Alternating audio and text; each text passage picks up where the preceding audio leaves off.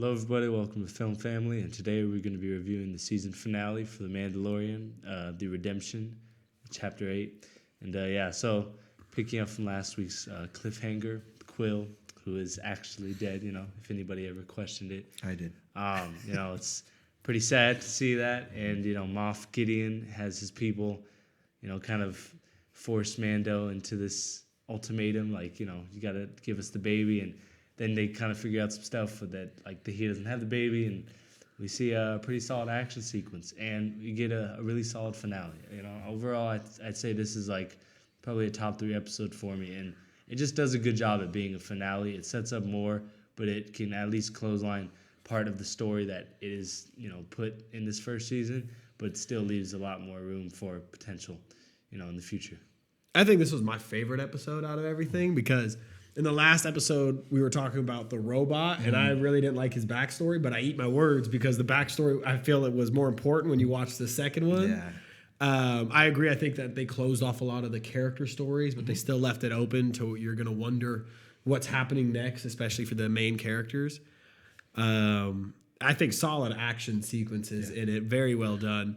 And one thing I really liked was the first scene with the stormtroopers. Oh my gosh, was it great? It was so funny, and it was just a weird way to do it, where it was very realistic, but it's still in Star Wars. And I liked it because it also showed more of the Star Wars universe just by having like little conversation. It wasn't as direct, And I'm excited for more stuff like that. I mean, like when you're playing a video game, sometimes if you like don't attack goons and you hide behind them, they'll have those types of conversations. Just like random conversations. Right? Yeah, and I feel like to put that in a season finale for a show, like, you're gonna have to have some confidence in the rest of your episode. So that was something where I was for such a long time too. It was short part of the episode. It's like 3 minutes, and I was like in it for about a minute, and I was just asking myself like, what's happening right now? How'd they let this in here? But it's a solid finale. But they threw some jokes in there, like they couldn't hit the thing they were shooting at. Yeah. They were so bad at it. They punched Baby Yoda. Yeah, I did like that when they were missing the bottle, or not the bottle, the can, or whatever it was, when they're shooting from that close up. I think this was my favorite episode. I agree with you. Just because it, even character-wise, like it wrapped up a lot of things and it paid off a lot of things. And so I also feel like you were rewarded at the end for following this whole journey. Like, I know there's some episodes that were considered filler in a way, like at least to some people, but I really enjoyed this episode. Yeah, and like having Moff Gideon as kind of this new villain that will now be set up in new seasons kind of reminds me of what they did with Gus in Breaking Bad, because in season 2 you saw a good amount of him. Oh wait, same actor too. I knew. Yeah. I'm like, that's what we've been talking about. So he's kind of introduced, and you see some of what he's capable of, but you really are made to wait to see actually what he's about on kind of a larger level, and how much power he really has into the next season, which is pretty much what happens with both those shows. And I think that was a good touch, because showing his kind of just resolve and his effectiveness, because he comes up, tells them everything about themselves, sets up his canon, and pretty much says this is what's going to happen, and here's there's no way around it. It's really him showing his ability to just assess situations and handle them, which is what you all always want out of a good villain, is somebody who's never kind of confused and always ready for whatever spontaneous thing may happen. And I think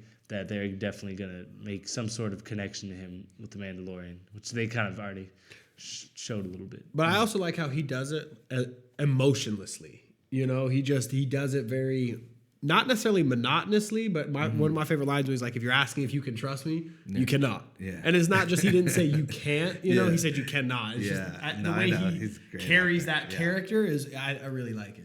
Yeah, he's pretty deadpan, it works, because it's definitely something where you see him and you can tell he has an agenda. He's very serious, and he doesn't really care about anything else. He's like, here's my job, and I'm gonna just get rid of you guys if you're not gonna help me. So yeah, and I think like too, this Darksaber reveal, things don't often get spoiled for me, and it was kind of spoiled for me, which really made me mad. I'd be so pissed. I mean, I kind of like didn't really know what was going to go on with it, because I just saw a picture that was like animated, and at first I was like, oh, is that fan art? And then I was like, oh, that's probably from the credits.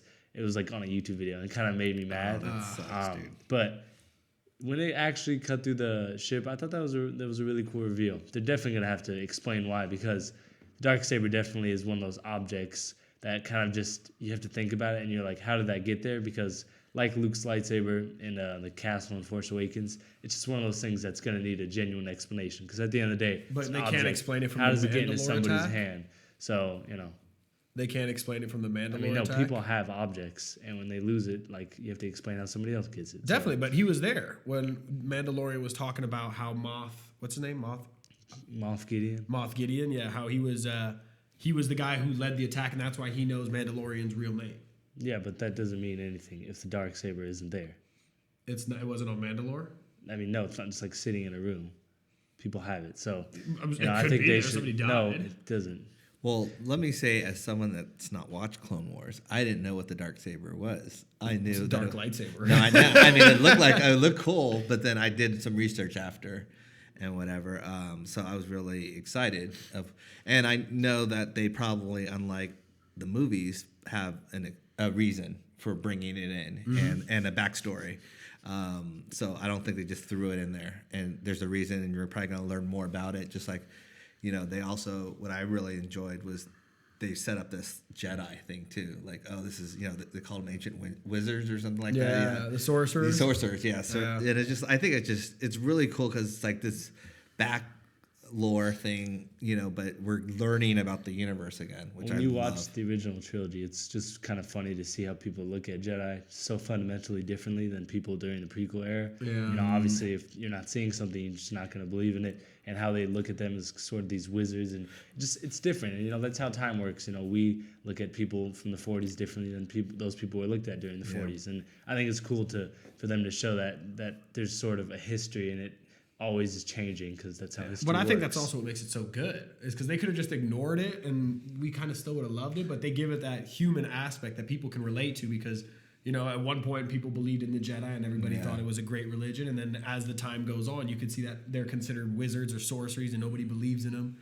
Yeah, kind of like heretics. Yeah. Which is interesting. But also with the Darksaber, I kind of had this thought that when you look at the Star Wars TV shows, Dave Filoni's been involved with every one of them in some sort of way, and he's almost making them their own set of a saga. Of course, they all connect with the movies, and if you watch them like without every single movie, you'd be confused. But there's connections with all of them, and one of them is now the Darksaber.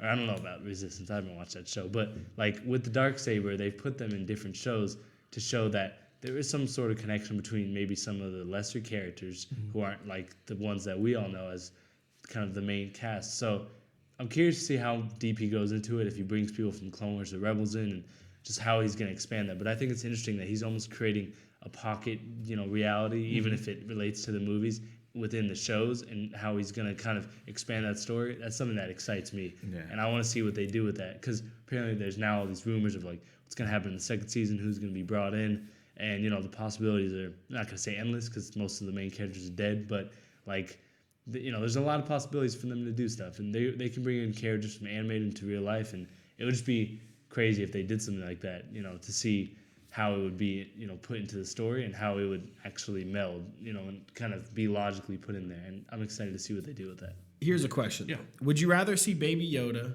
become a Mandalorian that's Force sensitive, or become or like bring back the Jedi, I guess, or not bring them back? But, Yeah. Because the time it's Just a makes little weird. no You know what I sense mean? Like, for would he him go to become Jedi? a Jedi or a Mandalorian? I think because, like, who's gonna treat him as a Jedi? You Nobody, can't but just as a Mandalorian, Mando's got to keep him. So he's not gonna be a Jedi. So he has one destiny then. But he could be a Jedi. What if How? they find another Jedi? Well, they're Because he's dead. saying you got to go find his planet. If they find other planets, they've been hidden. They're dead. Who knows? No, you do know because they wiped out the Jedi. It's Not been all the said. Jedi, though. Actually, yes. It's just Luke. Okay. And then what's her name? Rey? This Ben takes Solo. place way before Ben Solo died. Like, Yeah, but Yoda lives forever. no, Or Yoda he lives died. a long time. No, yeah, but his species, Baby Yoda, could be So around you're for a basically minute. saying that you want Baby Yoda to be taught by Rey. No. I want Jedi. Baby Yoda to be a Mandalorian because it'd be dope to see him be Okay, like so a there's only mercenary. one possibility for I think it'd be him really cool. to do anything. It's become a Mandalorian. And he's not going to really ever know how to use the Force properly because he will just be taught What? He picked up a mud horn, yo. Like, that's using the Force for sure. Okay, He choked somebody. But he's not going to be trained in it. It's like if you've seen Avatar, there's that Avatar state, and it's hard to like master something because it's really just a reaction. Like if you hit somebody, when you're a kid and you just don't know your own strength, or just people aren't controlled because they haven't had their skills kind of. Yeah, but it still would be dope even that raw power for a Mandalorian to use with the Beskar armor. Like, it'd be so cool. What would you guys want to see in season 2? Like, now that season 1 is over. I think they're definitely going to do for stuff sure. with Moff Gideon, and the Empire. It's interesting how much they're leaning into the fact that there are still a lot of the Empire left. Mm-hmm. And I think like in season 2, we'll see definitely more of a connection between Moff Gideon and the Mandalorian.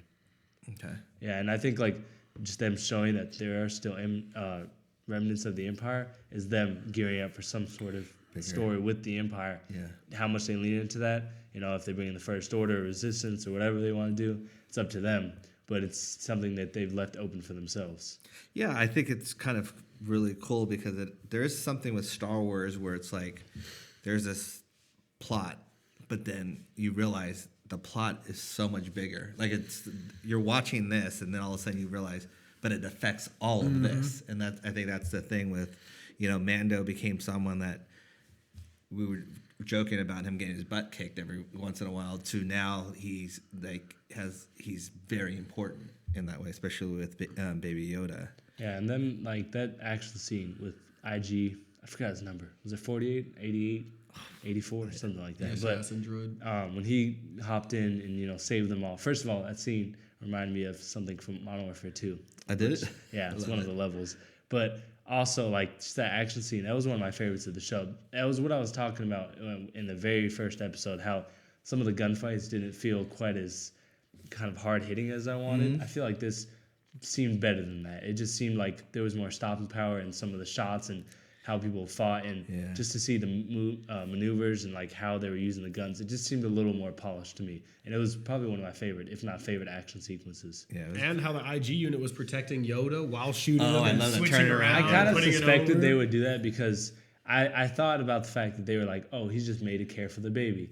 Care also involves protection and security. Yeah. So I kind of suspected that he would start killing people and being like, it's for the baby, It was also epic the way he blew himself up, and kind of funny but sad at the same time because of the dialogue they used. Yeah, like I liked too. self-destruct. He was like, I know you're sad. I can recognize your voice patterns. That was cool. Yeah, just a cool episode. Them using that Moff Gideon Darksaber thing was definitely what you do when you're trying to tease another season of 100%, a show. 100%. And we get that. It makes us as the audience excited, and We're gonna pay for another month subscription of this. I'm just happy that I can watch something Star Wars that is new and recent and not have to not only hate it, but more than that, if I did like it, worry about it. It seems like everything ever in Star Wars, if you like it, somebody's gonna hate on it, except the first 2 original movies. That's pretty much it. Because anything else you say you like, somebody's gonna be like, you're an idiot. It sucks. And Star Wars fans are just so venomous. There's this video on YouTube of people doing the Rise of Skywalker, screaming.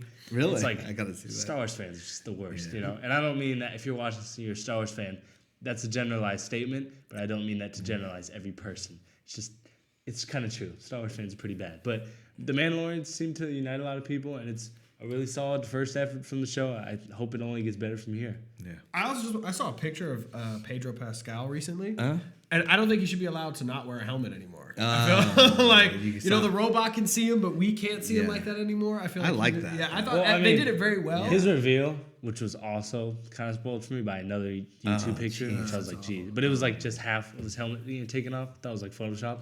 But it wasn't one of those things where Kylo Ren, because if you had a phone and you watched Force Awakens by looking at the cast, you'd be like, oh, this is what he's gonna look like. And I didn't have a phone I had the phone during Force Awakens, but I never looked that up. Yeah. So that's how I feel for this one. It wasn't a big reveal to me because I know what the actor looks like. Yeah. And the only way you're gonna be surprised if they're scarred up, and not everybody can be Darth Vader. So when I saw him, I wasn't like, but I was like, oh, cool, his face. And I like that he was like, no living being. And he's like, well, I'm not living. 'Cause Yeah. that's that was kind a of good line, predictable, yeah. but still. It you know, worked. It was cool. It worked. Yeah. Because I also don't want him to be running around without a helmet on. Yeah. Like it's the It's not Mandalorian. gonna I want to happen, see yeah. a Mandalorian helmet. You better not be Yeah. fighting Plus the the only code. living witness his face sticking has out. died. So Yeah, so that's perfect. we're all good. We can rest easy. Yeah. Even though that scene from like I think episode 4 is still dumb. With the kids. kids. He's like, Oh, yeah. nobody can see me from here. I'm like, they're right there. And we You can know? also say, If that they- you didn't see me. if That they wasn't t- me. if they turn around, it's like, hey, it's you. You know. But that's whatever. the end of the season. So are we going to rate the episode and the season? I in can't its rate a entirety? season of television because every episode gets different ratings. You'd have to do math for that, and I don't want to do math. So It'd be super I'm just easy gonna for me say to be like, it's like a 9.7 episode for me. It was a great episode. Yeah. No episodes got a 10 for me this season, but they're getting closer. This And one would be a 10, and for me, the season would be like, if I averaged it, it'd probably be 9.5. Because I think every episode is a 9.5 or a 10. Yeah, well, So- it's a great season of television, one of the best of the year. So Easily. I'm excited to see where they go with this. Yeah, I would say this episode was a 10 only because it, you know, I'm always about sticking the landing, especially if it's a finale of some, or, and I felt like the landing was stuck and it gave me a surprise, but at the same time, it gave me what I wanted. And so, yeah, and for the season, it did the impossible. It re-energized my faith in Star Wars, which was at its all-time low after Rise of Skywalker? no, The Last Jedi. Oh. Yeah, and took it to, okay, I'm a kid again. I'm, you know, enjoying these creatures, and I'm here for the journey. And that was a hard thing. That was like a hard turn. To You know, do. it's something else too in The Mandalorian. I was talking about this during the Rise of Skywalker review. Is that Star Wars movies should never make a moment. That's Marvel's thing, where you stop the camera, you make the music wait, and then it's like, here's your moment. That's it for this scene, and you know everything is kind of pinpoint. Or it's coming off of that moment. When you look at this show, it never seems to do those moments for me, at least. Yeah. At least for how it's filmed and framed and just put in the episode. Like things happen, and those are the moments, but they never seem to be trying to be made, which is something that the entire sequel trilogy has done, which is one of the reasons I didn't like it. But Stop the music, zoom in close. yeah, it's like, oh, here's your moment. Get ready. confidence in your Yeah, it's like, audience. get ready. This is it. Boom. Yeah. And you know that didn't seem to be the thing in this show. And like when IG8, whatever, rolled up, and they all started. I started getting excited, Yeah. but not in the way that like a Marvel movie does it, because that's not what Star Wars does. And I thought that was cool. And you know, yeah, I'm excited for the just new season. You know, it's gonna be a while, but it should be good. So months. if you, They yeah, said fall. They said fall of this year, right? yeah. Oh, wow. Okay. But yeah, so let us know what you thought about this episode and just The Mandalorian as a whole. Like, subscribe, and we will see you next time.